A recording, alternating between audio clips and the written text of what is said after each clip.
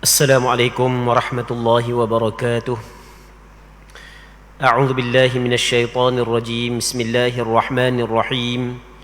الحمد لله رب العالمين، والصلاة والسلام على أشرف الأنبياء والمرسلين وعلى آله وصحبه أجمعين. اللهم رب اشرح لي صدري ويسر لي أمري واحلل عقدة من لساني يفقه قولي، ولا حول ولا قوة إلا بالله العلي العظيم. اللهم انفعنا بما علمتنا وعلمنا ما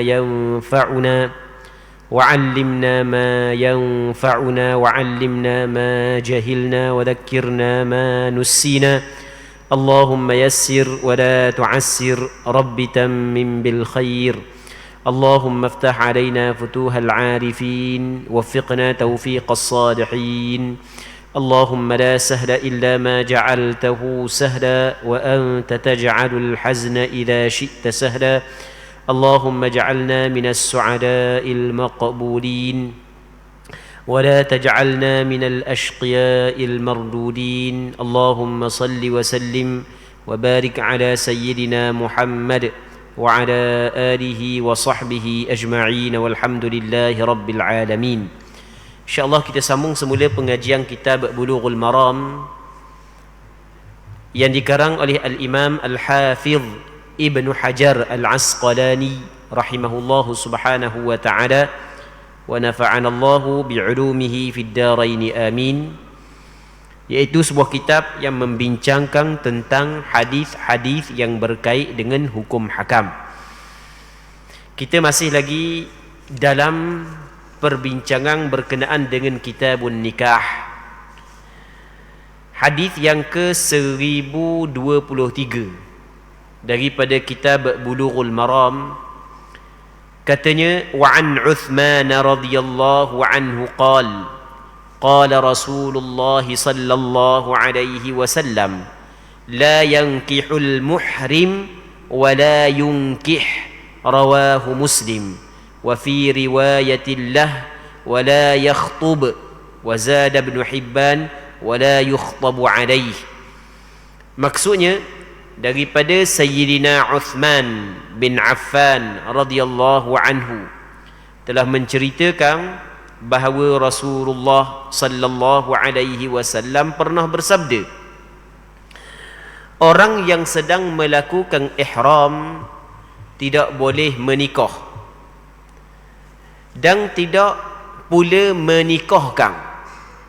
Hadis ini diriwayat oleh Imam Muslim. Muslimin muslimat yang dirahmati oleh Allah Subhanahu wa taala. Dalam hadis ni Sayyidina Uthman menceritakan kepada kita tentang sabdaan Nabi sallallahu alaihi wasallam. Pernah Rasulullah mengungkapkan, pernah Rasulullah sallallahu alaihi wasallam menyatakan, pernah Rasulullah sallallahu alaihi wasallam bersabda, orang yang sedang berihram, orang yang sedang melakukan ihram, dia sendiri tidak boleh menikah dan dia tidak boleh kahwinkan orang lain. Dia nak nikah tak boleh, dia nak jadi wali ataupun nak dia menjadi wakil kepada wali untuk kahwinkan orang lain juga tidak dibolehkan. Maka berdasarkan kepada hadis ini, berpandukan kepada hadis ini, majoriti ulama, termasuklah ulama mazhab Imam Syafi'i, ulama mazhab Maliki, ulama mazhab Hanbali, berpandangan bahawasanya tidak sah orang yang sedang mengerjakan haji ataupun orang yang sedang mengerjakan umrah berkahwin. Jadi kalau orang tu pergi Mekah, dia buat umrah, tak selesai lagi mengerjakan umrah, tak selesai lagi, tak tahallul lagi, tak selesai lagi, tiba-tiba dia nikah ataupun dia tiba-tiba dia nikah, maka perbuatan tersebut adalah haram serta tidak sah. Baik, sama juga orang yang buat haji, dah nak tahallul lagi, tengah-tengah buat haji, itu maksud orang yang berihram. Dia sedang buat haji, buat umrah, tiba-tiba dia nak nikah, dia akad nikah, tidak sah nikah tersebut, walaupun cukup dah saksi, cukup dah wali, ada dah mahar kahwin. Baik, ramai pula orang pakat tengok, dah sah. Apabila dia sedang berihram. Berpandukan kepada hadis ini. Bukan setakat dia saja tidak sah nikah, bahkan dia nak kahwinkan orang lain pun tak boleh. Dia wali. Secara kebetulan dia masih lagi berada dalam ihram. Anak puang dia, adik puang dia nak nikah, dia nak tolong akad nikah, tak boleh. Hukum dia adalah dilarang. Baik. Katanya Muslim dalam riwayat yang lain, dalam riwayat Imam Muslim yang lain menyebut dan tidak boleh melamar. Ibn Hibban dalam riwayat menambah dan tidak boleh pula dilamarkan untuknya. Jadi yang melibatkan perkara yang berkait dengan perkahwinan tidak dibolehkan bagi orang yang sedang berada dalam ihram.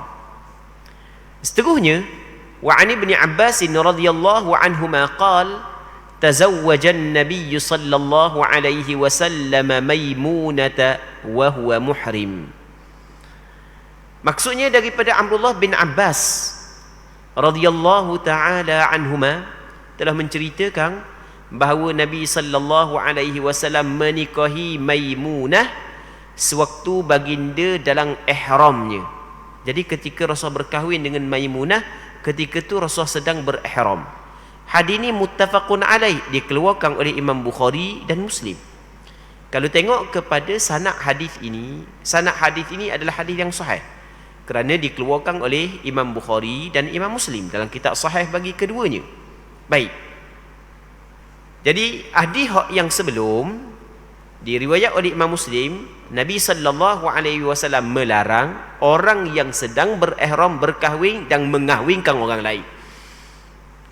Hadis ini pula menceritakan bahawa Nabi sallallahu alaihi wasallam berkahwin dengan Maimunah, isteri Nabi sallallahu alaihi wasallam, ketika Rasulullah sallallahu alaihi wasallam sedang mengerjakan ihram ataupun ketika Rasulullah sedang berada dalam ihram. Baik. Maimunah ni siapa? Maimunah ni adalah mak saudara kepada Abdullah bin Abbas. Maimunah ni adalah mak saudara kepada Abdullah bin Abbas. Baik. Mazhab Hanafi sama juga Abdullah bin Abbas, dan mazhab Hanafi mengambil hadis Maimunah ini, mengambil hadis Abdullah bin Abbas ini, lalu mereka berpandangan bahawasanya orang yang sedang berada dalam ihram sah nikah. Tak boleh bersetubuhnya. Akad perkahwinan sah. Okey, itu pandangan mazhab Hanafi. Tapi pandangan mazhab Hanafi dalam bab ni adalah lemah. Kerana benda? Kerana nanti kita akan cerita lepas pada ni. Kita tengok hadis yang berikutnya, wali muslimin an Maimunata nafsiha anna an-nabiy sallallahu alaihi wasallam tazawwajaha wa huwa halal. Menurut riwayat Muslim daripada Maimunah. Hak tadi daripada Abdullah bin Abbas. Hak ni daripada Maimunah sendiri. Disebutkan bahawa Nabi sallallahu alaihi wasallam menikahi dirinya sewaktu baginda dalam keadaan halal, tidak berihram. Jadi Abdullah bin Abbas menceritakan mak saudara dia nikah dengan Rasulullah ketika Rasulullah berada dalam ihram. Tapi tuang tubuh menceritakan bahawa ketika dia berkahwin dengan Rasulullah, Rasulullah bukan berada dalam ihram. Rasulullah sallallahu alaihi wasallam berada dalam halal. Satu. Ni siapa? Daripada Maimunah. Lepas tu di sana ada riwayat yang lain daripada Yazid bin Al-Asam. Ada seorang sahabat Nabi sallallahu alaihi wasallam yang dikenali sebagai Yazid bin Al-Asam. Yang mana Yazid bin Al-Asam diambil daripada Maimunah. Hadis ini dikeluarkan oleh Imam Abu Daud. Yazid bin Al-Asam diambil daripada Maimunah, yang mana Maimunah khabar kepada dia, tazawwajani Rasulullah sallallahu alaihi wasallam wa nahnu halalan bisaraf. Rasulullah berkahwin dengan aku, kami bukan berada dalam ihram. Kami, dia dengan Rasulullah keduanya halal ketika kami berada di satu tempat nama dia Saraf. Baik. Begitu juga di sana ada riwayat Imam Muslim daripada Yazid bin Al-Asam. Riwayat ni lah, riwayat yang kita baca saat ni, yang mana Yazid bin Al-Asam menceritakan bahawasanya Wa kanat khalati wa khalat ibn Abbas. Maimunah tu adalah mak saudara aku dan mak saudara kepada Abdullah bin Abbas. Jadi anak saudara kepada Maimunah ada hak yang menceritakan bahawasanya Maimunah berkahwin dengan Rasulullah ketika Maimunah berada dalam keadaan ihram, tapi ada anak saudara kepada Maimunah, dia ambil sendiri daripada Maimunah, yang mana Maimunah menceritakan bahawa dia berkahwin dengan Rasulullah dalam keadaan dia halal. Baik. Di sana ada pula hadis yang diriwayat oleh Imam Ahmad bin Hanbal daripada seorang sahabat Rasulullah nama yang dikenali sebagai Abi Rafi'. Yang mana kata Abi Rafi', Nabi sallallahu alaihi wasallam tazawwaja Maimunata halalan wa bana biha halalan wa kuntu ar-rasul bainahuma. Rasulullah berkahwin dengan Maimunah ketika Rasulullah dalam keadaan halal, dan Rasulullah bersetubuh dengan Maimunah juga ketika Rasulullah dalam keadaan halal. Dan aku, kata Abi Rafi', adalah utusan antara keduanya. Aku orang tengah. Jadi orang tengah lebih mengetahui berbanding dengan orang lain. Baik, maka berpandukan kepada hadis yang diriwayat daripada Yazid bin Al-Asam daripada Maimunah sendiri, yang Maimunah menceritakan bahawa Rasulullah berkahwin dengan dia ketika dia dengan Rasulullah tidak berihram.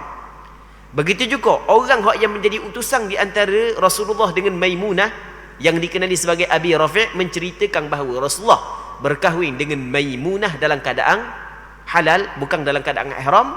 Maka sebab itulah majoriti ulama, termasuklah mazhab Imam Syafi'i, mereka berpandangan bahawasanya hak yang sebenarnya Rasulullah berkahwin dengan Maimunah dalam keadaan halal, bukan dalam keadaan haram. Baik. Dan hak yang sebenar ini bertepatan dengan hadis yang diriwayat daripada Sayyidina Uthman yang Rasulullah larang berkahwin ketika dalam keadaan sedang berihram, hak yang kita baca sebelum daripada ni. Dan ulama menyebut bahawasanya Abdullah bin Abbas di sini ada tersilap sikit. Abdullah bin Abbas tersilap. Imam Ibn Hajar sendiri dalam kitab Fathul Bari, pengarang kitab Bulughul Maram, dia ada satu kitab nama kitab Fathul Bari syarah kepada Sahih Bukhari. Dia ada meriwayatkan suatu athar yang mana Al-Athram, ada seorang ulama nama Al-Athram, dia pernah bertanya kepada, dia sebut kepada Imam Ahmad bin Hanbal, dia kata Aba Thawr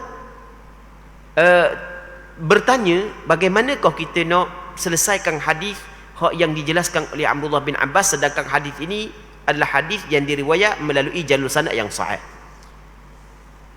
Maka lalu Imam Ahmad bin Hanbal menyebut, Allahul Musta'an, Ibnul Musayyib menyebut bahawasanya Wahimah bin Abbas, Abdullah bin Abbas ada sedikit tersilap dalam bab ni. Baik, ini menurut pandangan dia majoriti ulama, tapi sebenarnya mazhab Hanafi dan Abdullah bin Abbas dia ada hujah dia sendiri. Jadi ala kulli hal, atas pandangan majoriti ulama berpandukan kepada hadis-hadis yang kita sebut sini, tidak boleh berkahwin ketika seorang itu berada dalam ihram, dan tidak boleh juga seorang yang berada dalam ihram kahwinkan orang lain, tidak boleh. Baik. Dan cerita hak yang Rasulullah berkahwin dengan Maimunah, sebenarnya Rasulullah berkahwin dalam keadaan Rasul halal, bukan dalam keadaan Rasulullah sallallahu alaihi wasallam sedang berihram. Habis. Okey, kita masuk dalam bab yang lain pula, katanya syurutun nikah, syarat-syarat nikah. Katanya wa an Uqbah bin Amir radhiyallahu anhu qala Rasulullah sallallahu alaihi wasallam inna ahaqqa asy-syuruti an yuwaffa biha mastahlaltum bihil furuj, muttafaqun alaih. Daripada Uqbah bin Amir, seorang sahabat Rasulullah radhiyallahu anhu, dia berkata, Rasulullah sallallahu alaihi wasallam pernah bersabda, sesungguhnya syarat yang paling berhak untuk dipenuhi ialah yang kamu nyatakan untuk menghalalkan kemaluan perempuan. Jadi syarat yang paling patut dipenuhi adalah syarat hak yang meletak ketika melakukan akad perkahwinan yang menjadi halal kemaluan perempuan kepada kamu. Baik. Ini maksud daripada hadis ni. Hadis ini muttafaqun alaih, dikeluarkan oleh Imam Bukhari dan Muslim dalam kitab sahih bagi keduanya. Baik. Maka berpandukan kepada hadis ini kata ulama, syarat-syarat hak yang diletakkan dalam majlis akad perlu dipenuhi. Nah, cuma apakah syarat hak yang perlu dipenuhi? Hak ini berlaku perbincangan di kalangan ulama fiqh. Kalau mengikut pandangan majoriti ulama termasuklah mazhab Imam Syafi'i, syarat-syarat yang perlu dipenuhi di sini adalah syarat-syarat yang bertepatan dengan akad nikah itu sendiri. Sebagai contoh, isteri telah mensyaratkan kepada suami supaya suami saat itu bergaul dengan cara yang baik dengan isteri. Begitu juga suami mensyaratkan kepada isteri supaya bergaul baik dengan dia. Isteri mensyaratkan kepada suami supaya suami bergaul baik dengan dia. Isteri mensyaratkan kepada suami supaya memberi nafkah kepada isteri. Isteri mensyaratkan kepada suami supaya memberi pakaian, memberi kediaman dengan cara yang baik, tidak cuai dalam melaksanakan tanggungjawab isteri. Baik. Kalau isteri ada beberapa orang, isteri mensyarat supaya buat giliran dengan baik. Suami buat syarat kepada isteri supaya isteri tidak keluar daripada rumahnya melainkan dengan keizinan suami. Suami mensyaratkan kepada isteri supaya isteri tidak derhaka nusyuz kepada suami. Suami mensyaratkan kepada isteri supaya isteri tidak berpuasa sunat melainkan dengan izin suami. Suami mensyaratkan kepada isteri jangan sekali-kali mengizinkan orang lain masuk dalam rumah suami melainkan dengan keizinan daripada suami. Suami mensyaratkan kepada isteri jangan guna ikut dang harta suami melainkan dengan izin suami. Okey, itu syarat-syarat yang bertepatan dengan akad nikah. Hak tu perlu dipenuhi. Baik.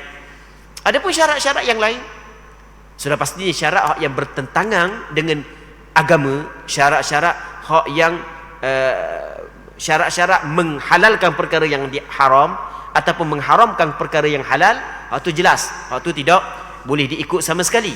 Kerana Nabi sallallahu alaihi wasallam bersabda dalam hadis yang lain, "Man ishtarata syartan laysa fi kitabillah fahuwa batil wa in kana mi'ata syartin." Sesiapa yang telah meletakkan syarat yang tidak ada di dalam Al-Quran, maka syarat itu adalah batil, palsu, tidak boleh dipakai, tidak terpakai walaupun 100 syarat. Kalau syarat itu bercanggah dengan apa hak yang disebut dalam Al-Quran, maka tidak boleh diikut. Dalam hadis yang lain, hadis yang diriwayat oleh Imam Tirmizi daripada Amr bin Auf Al-Muzani, Nabi sallallahu alaihi wasallam bersabda, "Al-muslimuna 'inda syurutihim." Orang-orang Islam di sisi syarat-syarat mereka, illa syartan harrama halalan atau syartan ahalla haraman. Melainkan kalau syarat saat itu mengharamkan perkara yang halal ataupun syarat menghalalkan perkara yang haram, hak tu tidak boleh diikut. Hak tu jelas. Okey, kita ada satu syarat lagi.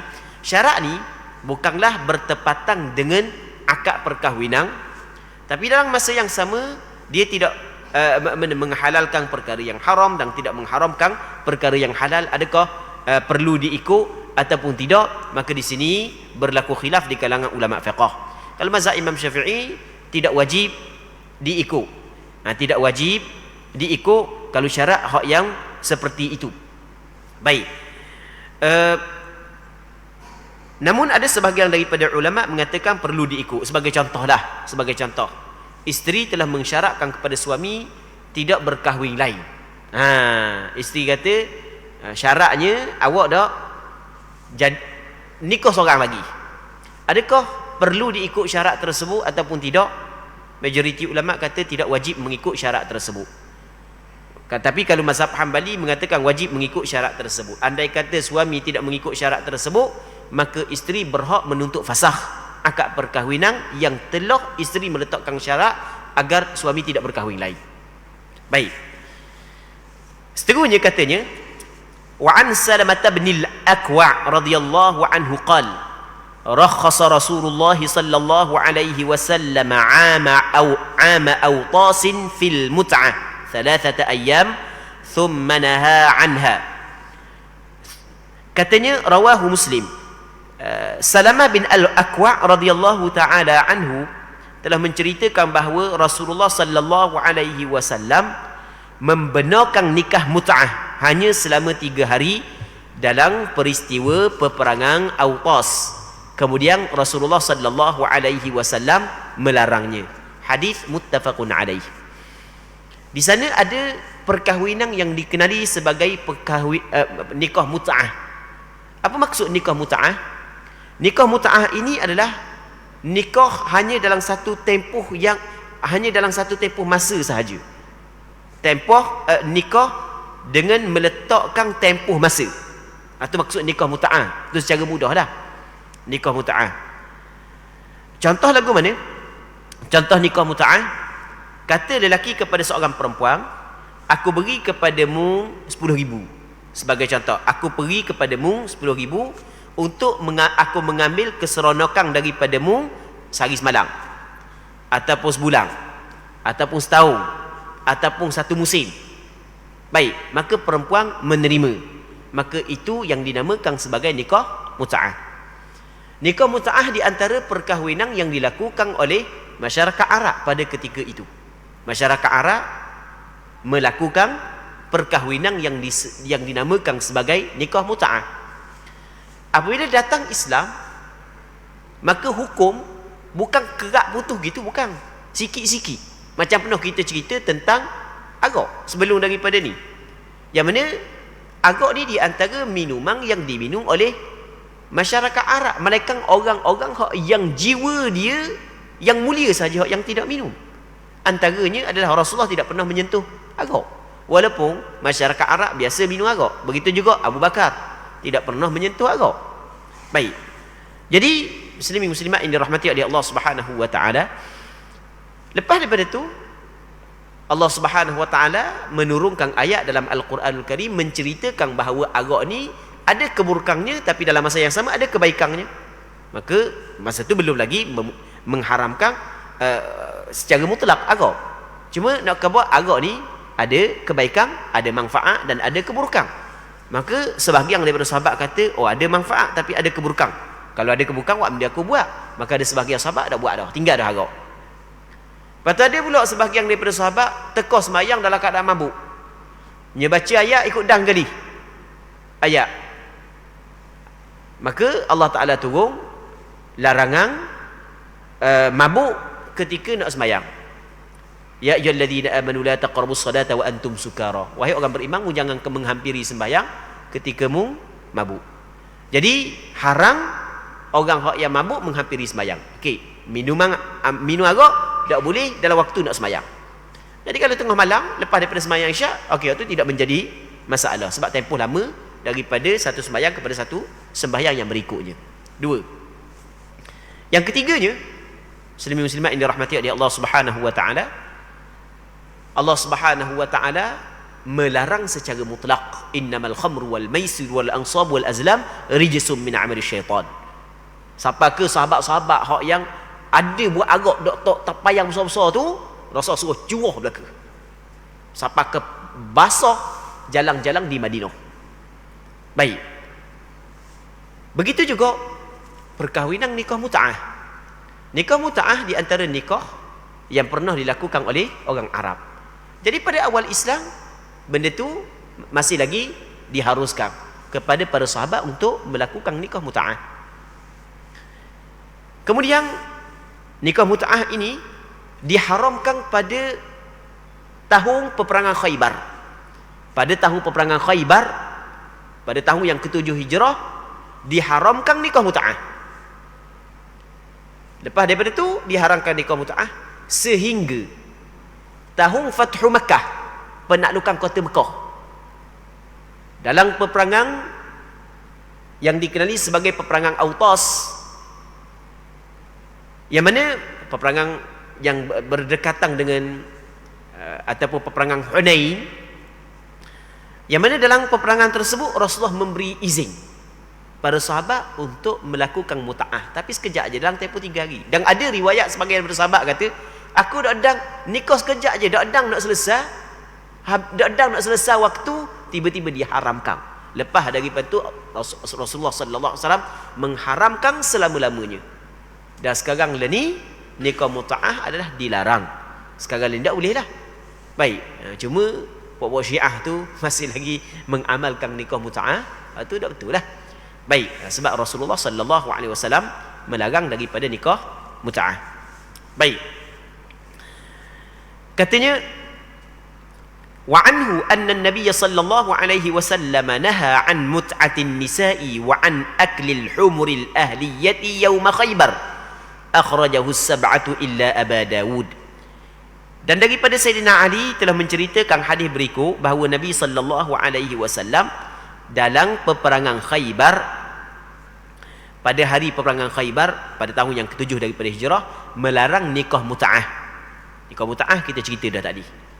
Dan dia nikah muta'ah ni apabila kita meletakkan masa dalam akad perkahwinan, apabila habis dah masa dia, maka secara automatik terpisah di antara lelaki dan perempuan. Kalau tak masa sebulan lah. Habis sebulan tanpa berlaku perpisahan secara automatik, tanpa perlu melakukan talak. Itu pada asal konsep nikah muta'ah, tapi dilarang oleh agama. Jadi pada peringkat awal memang dilakukan oleh sebahagian daripada sahabat, tapi bukan semua sahabat, hanya sahabat-sahabat tertentu. Rasulullah tidak pernah melakukan nikah muta'ah, Rasulullah sendiri. Begitu juga para sahabat, sebahagian daripada para sahabat besar tidak pernah melakukan, sebahagian daripada sahabat besar tidak pernah melakukan nikah muta'ah, tapi ada sebahagian daripada sahabat pernah melakukan nikah muta'ah. Pada tahun Khaybar, Rasulullah larang. Allah Subhanahu wa taala memerintahkan kepada Rasulullah melarang kepada para sahabat untuk bernikah muta'ah. Tapi pada tahun Fathu Makkah diizinkan sekejap, dalam tempoh 3 hari je, lebih kurang dalam tempoh 3 hari je. Lepas tu cukup 3 hari, Rasulullah sallallahu alaihi wasallam larang. Baik, secara mutlak.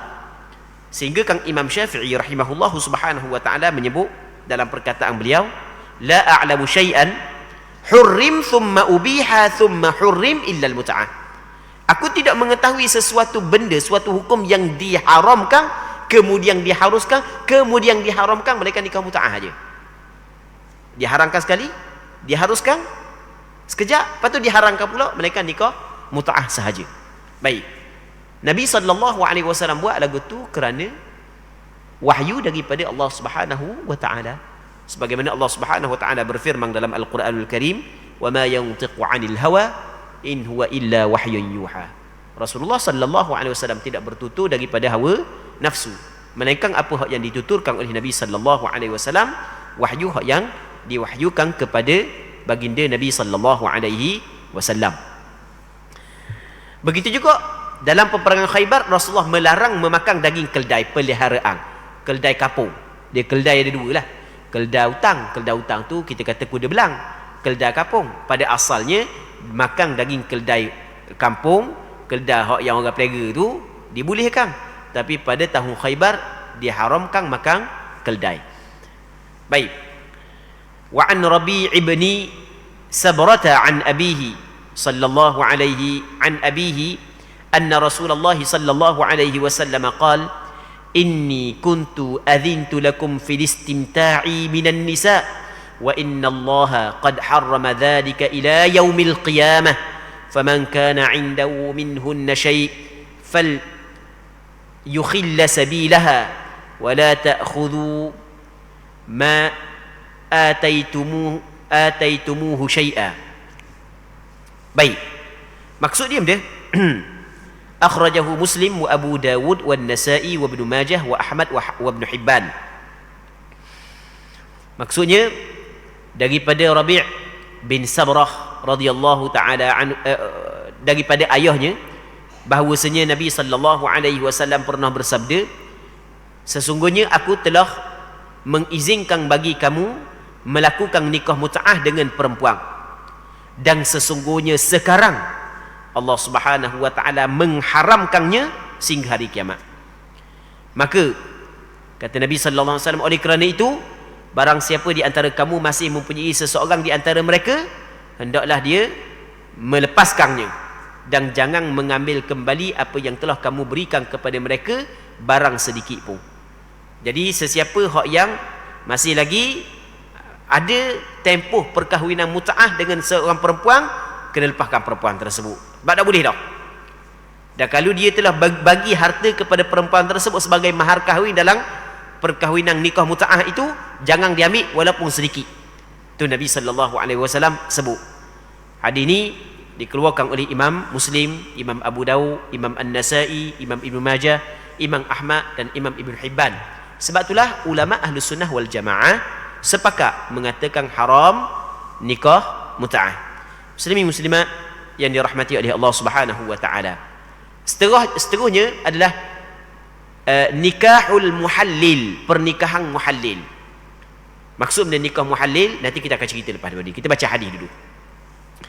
Katanya wa ani bin Mas'ud radhiyallahu anhu qala la'ana Rasulullah sallallahu alaihi wasallam al-muhallil wal muhallala wal muhallala lah, rawahu Ahmad wan Nasa'i wat Tirmidzi wa sahhaha.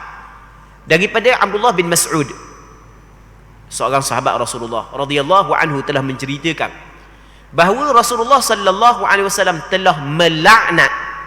Rasulullah melaknat. Apa maksud melaknat? Laknat ni menjauhi daripada rahmat Allah. Itu makna laknat. Setiap kita berhajat dan perlu, amat memerlukan kepada rahmat Allah. Orang hak yang dijauhi daripada rahmat Allah adalah orang hak yang celaka.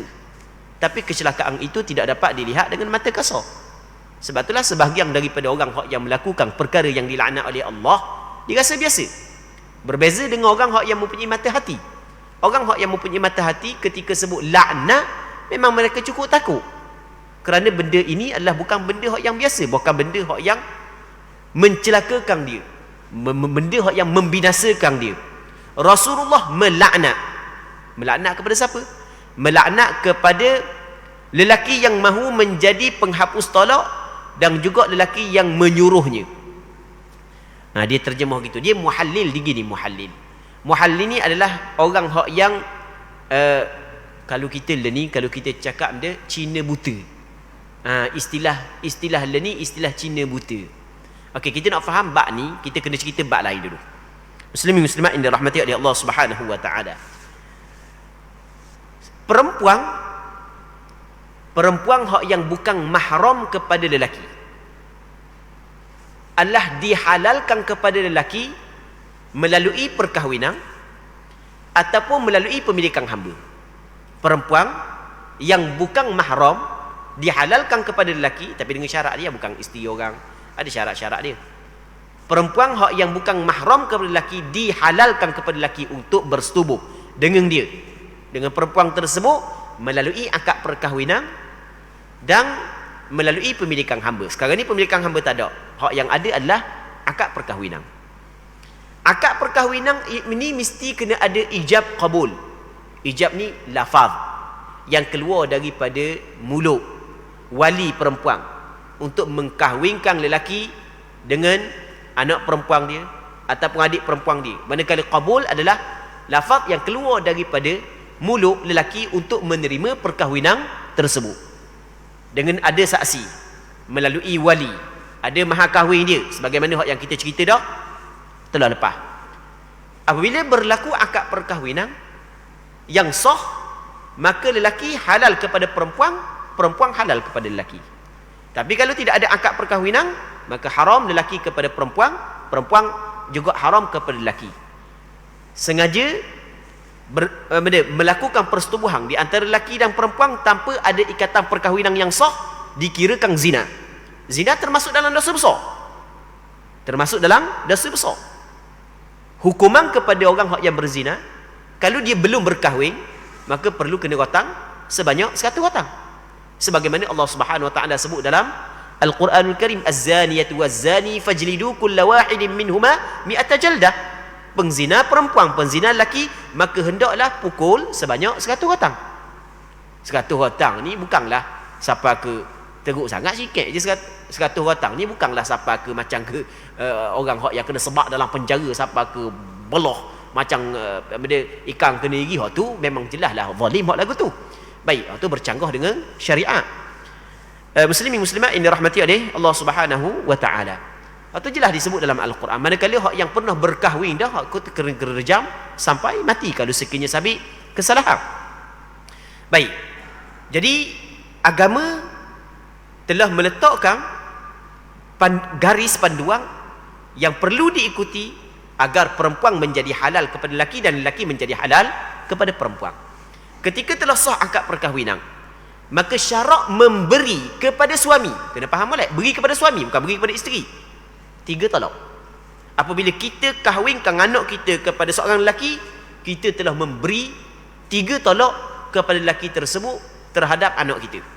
Sama juga kalau kita kahwinkan adik perempuan kita kepada seorang lelaki, kita telah memberi 3 talak. Baik. Talak yang pertama, talak yang kedua, talak yang ketiga. Apabila cukup 3 talak, maka tidak lagi halal lelaki tersebut dengan perempuan yang telah dicerai oleh dia. Dah halal dah. Melainkan perempuan tersebut berkahwin dengan orang lain. Lepas daripada kahwin dengan orang lain, habis iddah, lepas tu barulah dia boleh nak nikah balik dengan lelaki yang pertama. Jadi Allah Subhanahu wa taala menyebut dalam Quran, fa in talaqaha fala tahillu lahu min ba'du hatta tankiha zawjan ghaira. Apabila dia cerai isteri dia kali yang ketiga, maka tidak halal dah bagi dia perempuan tersebut selepas daripada itu, sehinggalah perempuan itu berkahwin dengan lelaki yang lain. Selama mana dia tak nikah dengan lelaki lain, tak boleh. Dia nikah dengan lelaki lain, cerai pula dengan lelaki lain, barulah boleh baik dengan dia. Tu pun ada syarat. Dia nikah dengan lelaki lain, lepas tu berlaku persetubuhan. Kalau tak berlaku persetubuhan tak boleh lagi. Mesti kena berlaku persetubuhan. Di zaman Rasulullah sallallahu alaihi wasallam, dalam hadis yang dikeluarkan oleh Imam Bukhari dan Muslim dalam kitab sahih bagi keduanya daripada Aisyah, yang mana Aisyah menyebut ada seorang perempuan isteri kepada Rifa'ah Al-Quradhi. Dia mari jumpa dengan Nabi sallallahu alaihi wasallam. Dia pun khabar kepada Rasulullah, kuntu inda Rifa'ah Al-Quradhi. Dulu aku menjadi isteri kepada Rifa'ah Al-Quradhi. Fatallaqani fabatta talaqi. Dia telah cerai aku dan dia telah memutuskan talak. Maksudnya cukup 3 kali. Baik. Lepas daripada aku cerai dengan dia, habis dah iddah, fatazawwajtu ba'dahu Abdurrahman bin Az-Zubair. Lepas daripada tu aku berkahwin pula dengan Abdurrahman bin Zubair. Tapi masalahnya, dia cerita tentang suami baru dia ni. Wa innama ma'ahu mithlu hudbati thawb. Tapi masalahnya Abdurrahman bin Zubair ni seperti hujung pecah kain. Ni kain, hujung pecah kain. Cakap dia lembek. Adalah kinayah daripada barang tak naik. Tu maksudnya. Seumpama hujung pecah kain. Dak gerak. Ni orang puang tu mari cerita kepada Rasulullah tentang suami baru dia. Baik. Maka kata Rasulullah, fatabassama Rasulullah. Rasul senyum. Masa tu ada isteri Rasulullah ada. Fatabassama Rasulullah, Rasul senyum. Maka kata Rasulullah kepada perempuan tersebut, aturidina an tarji'i ila Rifa'ah. Jadi mu nak balik kepada Rifa'ah semula ke? Mu nak balik kepada suami mu lama semula ke? Memang tujuan dia hak tu. Jadi hak baru nak balik hak asal mula. Maka kata Rasulullah, la, tak boleh. Hatta tadhuqi usailatahu wa yadhuqa usailataki. Sehingga mu rasa madu dia dan dia rasa madu. Maksud dia sehingga berlaku persetubuhan. Lepas daripada berlaku persetubuhan, kalau cerai lepas daripada tu, barulah habis iddah, barulah boleh balik kepada lelaki yang pertama. Baik, benda yang kita nak cerita. Kalau cerai 3 kali dah, maka tidak boleh berkahwin. Dia haram dah dengan tok lelaki dia. Dipanggil dia jadi talak bain kubra dah. Tak boleh dah nak baik dengan tok lelaki dia, melainkan dia nikah dengan suami baru, pisah pula dengan suami baru, habis iddah baru boleh nak nikah balik dengan suami lama. Okey, kita faham dah cerita dia, faham dah hukum dia. Dah hukum ambil mana ni? Ni hukum yang ditetapkan oleh Al-Quran dan hadis. Baik. Tiba-tiba apabila orang tu, ni banyak berlaku, orang-orang muda. Orang muda, mulut tak jaga, belajar tak ambuh, innalillahi wa inna ilaihi raji'un. Ni banyak berlaku. Ni mulut tak apa nak jaga, belajar tak ambuh, nasallallahu as-salamata wal afiyah. Jadi sikit juga. Cukup 3 kali tak boleh baik dah dengan orang puang tu. Punca daripada mana? Punca daripada kejahilan. Satu je, sebab kejahilan maka akan timbul kerosakan yang banyak. Orang muda dak belajar pula, ingat mulut ni macam dia duk maki ke kawan-kawan dia. Mu maki ke kawan mu raja riman, dosa mu dengan kawan mu je lah. Tapi kalau melibatkan bini mu sebut bab tolak bini, maka bini mu cukup 3 kali, harang selama-lama dah bini mu tu. Tu kena beringat. Nyesal tu biar air mata darah pun tak jadi dah. Ni benda yang penting yang perlu kita kena faham. Anak-anak muda kita ni, tambah-tambah hak yang muda-muda mendirikan rumah tangga perlu didedahkan dengan perkara ini. Muslimin muslimat yang dirahmati oleh Allah Subhanahu wa taala. Tiba-tiba berlaku perceraian, talak 3. Maka dia pergi pakat dengan kawan dia. Mun nikah dengan bini aku. Lepas tu kak gi mu cerah. Mun nikah dengan bini aku, dia kata, kak gi mu cerah, aku nak nikah adik dengan bini aku. Baik. Sekali dah kata dia, jangan banyak kali. Sekali dah, lepas tu cerah. Tu yang dinamakan sebagai muhallil. Tu di mana orang yang menghalalkan untuk orang lain. Orang yang dihalalkan untuknya.